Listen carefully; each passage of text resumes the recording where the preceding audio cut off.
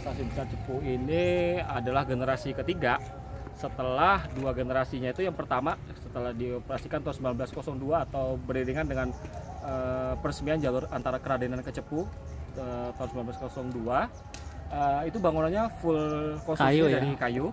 Lalu tahun 1910 karena Cepu ini berangsur-angsur menjadi kota yang besar, akhirnya oleh NIS itu berinisiatif untuk membangun stasiun yang representatif untuk sebuah wilayah yang dianggap maju, modern, dan meningkatkan layanan penumpang pada waktu itu. Dan kalau bagaimana gambarannya stasiun keduanya itu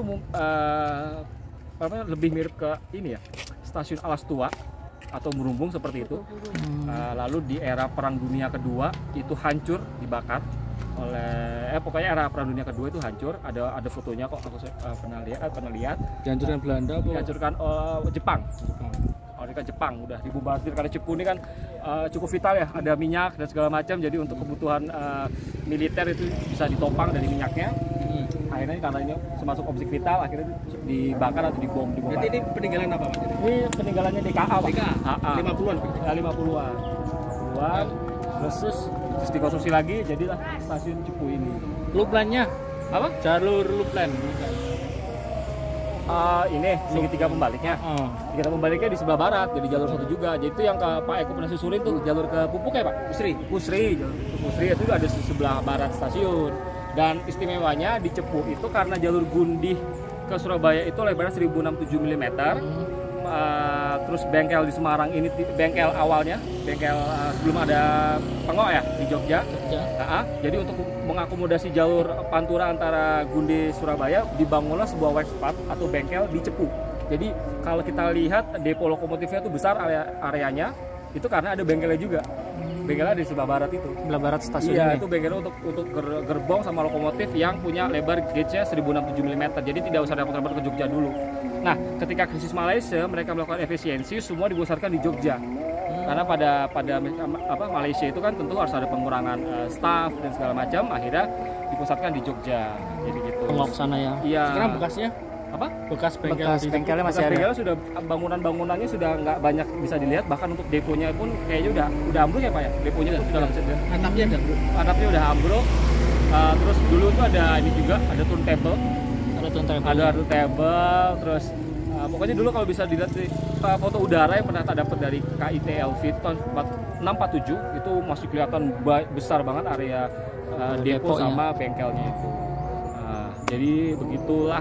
Jadi kalau misalnya mereka ya, kalau misalnya gerbong-gerbongnya itu selain bisa di sini, terus setelah dipindah ke Pengok ke Jogja itu, nah dari mana ngirimnya bisa lewat jalurnya SS ke stasiun Pasar Turi. Jadi dari Jogja itu bisa dilewatin ke Gundih, terus Gambringan sampai ke Cepu atau ke Surabaya, gerbong-gerbong habis itu.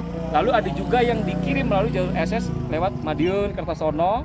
Lalu muternya di mana? Muternya lewat jalurnya BDSM yang sudah diakuisisi SS tahun 1916. Itu ada catatannya di majalah Spur M Tramwagen kurang lebih tahun 1938-39. Itu ada catatannya bahwa pengiriman gerbong-gerbong perbaikannya itu dikirim ke Surabaya ke stasiun Pasar Turi punya NIS itu lewat jalurnya BDSM. Karena dari Jombang. Lewat Jombang.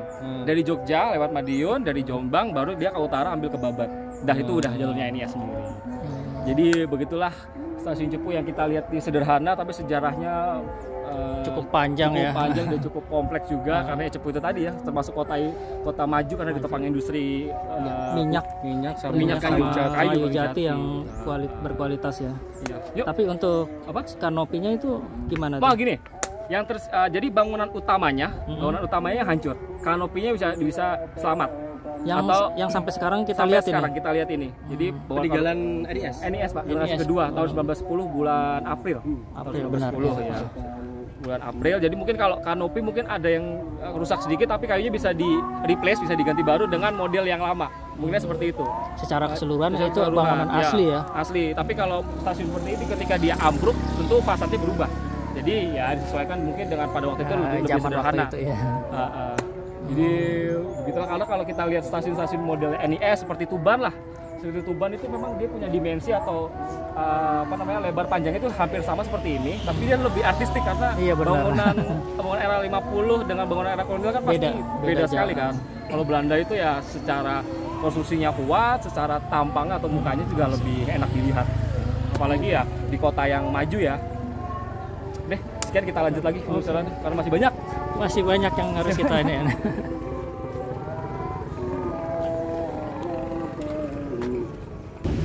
Nih, Mas Nevi ingin menjelaskan sejarah dari kereta uap C2902.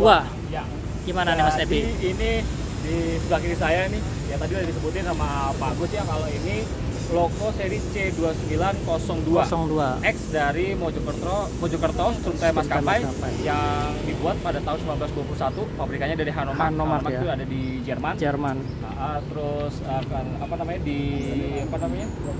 didinaskan sesuai dengan tahunnya pembuatannya juga sama 1921. Mungkin karena pada waktu itu butuh sarana traksi yang lebih banyak di Mojokerto, karena Mojokerto itu salah satu kota atau wilayah yang memang banyak dihuni oleh pabrik gula, dan itu memang salah satu penghasil atau income utamanya dari Mojokerto Maskapai. Makanya mereka beli logo lagi. Untuk pengadaannya dari C29 pada waktu itu MSM mendatangkan 2 unit.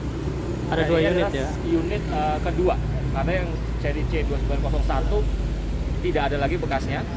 Oke, terus ini awalnya punya MSM, lalu setelah dinasionalisasi tentunya jadi punya DKA atau PJKA ya, atau PNKA, lalu dioper ke Perhutani bareng sama logo C25 punya XPBSM, lalu ada C26 XKSM.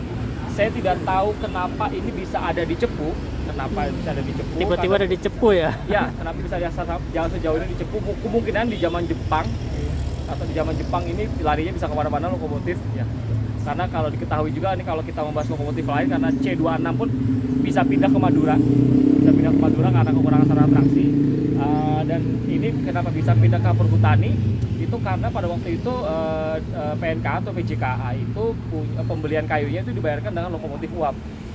Lokomotif uap, terus diserahkan 3 lokomotif itu, dan yang tersisa dari pembayaran dengan lokomotif dari PJKA itu ya C29. C29 itu punya catatan memang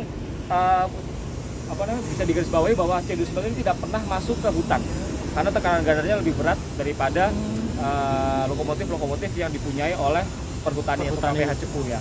Tidak pernah, ini hanya bertugas langsiran bawa kayu dari Sorogo atau Lokotur sampai ke stasiun Cepu NIS. Ya, itu hanya buat langsiran aja dari sekitar situ karena tekanan gardernya terlalu berat, jadi risikonya itu relnya hancur karena speknya tidak sesuai beda, ya. Spek rel itu beda. Ini mungkin terakhir kalinya itu bisa beroperasi tahun 90-an. Tahun 90-an, karena tahun 87 itu masih terlihat masih oke kalau kita lihat dari fotonya Malcolm Milton Jones di websitenya serialmalayan.com. Itu punya Malcolm Milton Jones tahun 87 masih oke. Sementara yang lainnya C25 dan C26 itu sudah dalam kondisi mangkrak, rusak, karatan berat. Dan pindah ke sini tuh sekitar 2 tahun lalu ya, diminta sama Pemkab Blora. Pada itu Bupati juga sempat datang ke KPH Cepu lalu minta ini untuk dipajang karena ini juga tamannya baru, jadi butuh hiasan-hiasan seperti ada lokomotif ini. Lalu di sebelah sana itu ada slender atau mesin gilas jalan.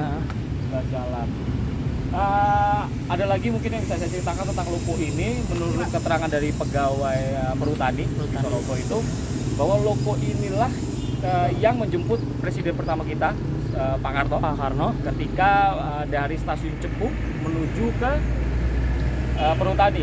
Lokomotif ini yang menjemput Pak Karno pada waktu itu, karena Pak Karno itu mungkin tadi udah saya sampaikan ya teman-teman, saya sampaikan bahwa Pak Karno itu meresmikan wisata Gubuk Payung.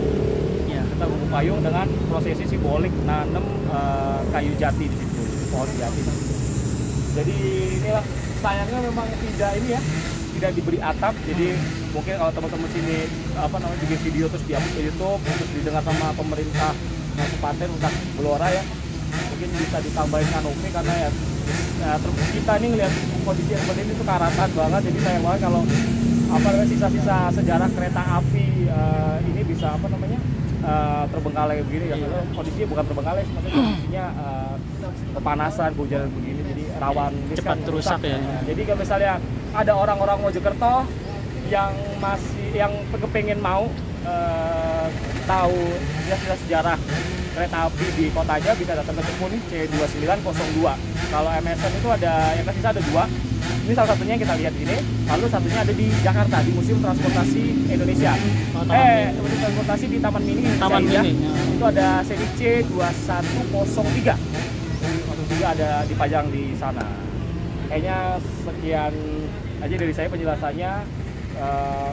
Gitulah pokoknya, saya nggak bisa jelasin secara teknis karena saya bukan orang teknis, saya biasanya saya cuma bisa menjelaskan riwayatnya. Terima kasih. Ya, itulah penjelasan dari Mas Nepi mengenai lokomotif uap C2902.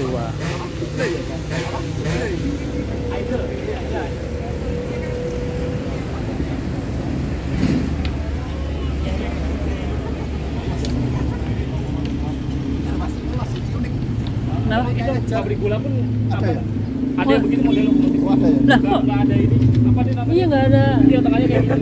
Ini nggak lepas ke sini. Nah, ya takutnya gas slip tuh. Berarti depan sama belakang aja yang nahan ya? Iya, ya ini nggak ada tahanannya. Iya. Unik ya.